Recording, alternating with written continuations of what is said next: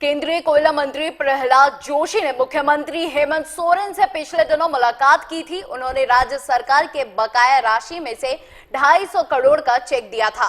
केंद्र और राज्य सरकार के बीच कोयले को लेकर जो मतभेद थी वो अब समाप्त होने को है, लेकिन कांग्रेस आरोप लगा रही है कि मोदी सरकार संघीय ढांचे पर प्रहार कर रही है। एक रिपोर्ट। केंद्रीय कोयला मंत्री प्रहलाद जोशी ने सीएम हेमंत सोरेन से मुलाकात की थी। उन्होंने राज्य सरकार को बकाया 250 करोड़ रुपए दिए थे। कोयले को लेकर केंद्र और राज्य सरकार में मतभेद उभर आए थे। मामले को लेकर कांग्रेस मोदी सरकार पर हमलावर है।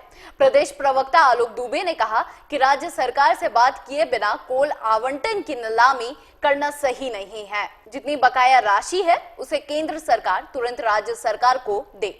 नहीं, अनबन कोई भी नहीं था। अनबन सिर्फ इतना था कि जिस तरह से केंद्र की सरकार एक संघीय ढांचे पर प्रहार कर रही थी, बिना राज्य सरकार से बात किए हुए कोल आवंटन की नीलामी का फैसला लिया था, कोरोना के संकट में अवसर में इसको बदलने का प्रयास कर रही थी, जिसको लेकर राज्य सरकार ने अपनी आपत्ति दर्ज की थी। कांग्रेस पार्टी की ओर से भी हम लोगों ने आपत्ति दर्ज किया था। इसलिए हम लोग सुप्रीम कोर्ट भी गए। और आपको याद होगा कि पिछले दिनों किस प्रकार वनों के अधिकार कानून के साथ इन लोगों ने छेड़छाड़ किया था, भूमि अधिग्रहण कानून को बदलने का प्रयास किया था ताकि जो इनके उद्योगपति मित्र हैं उनको लाभ पहुंचाया जा सके।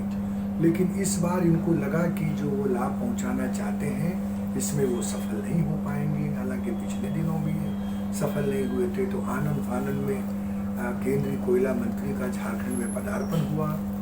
वहीं मामले पर राजनीति नहीं करने की नसीहत देते हुए बीजेपी प्रवक्ता प्रतुल सहदेव ने कहा कि केंद्र राज्य सरकार को मदद पहुंचा रही है।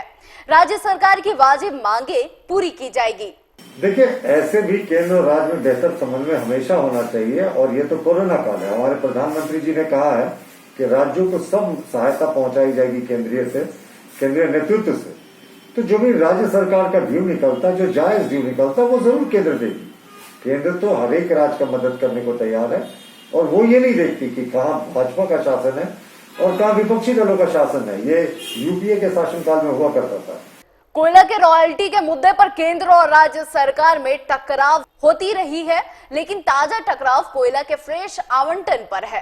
झारखंड सरकार का कहना है कि कोयला ब्लॉक आवंटन में राज्य सरकार की राय लिया जाना चाहिए। इसी मुद्दे पर कांग्रेस और बीजेपी एक दूसरे पर हमलावर है। सबरंग समाचार के लिए रांची से चितरंजन कुमार की रिपोर्ट।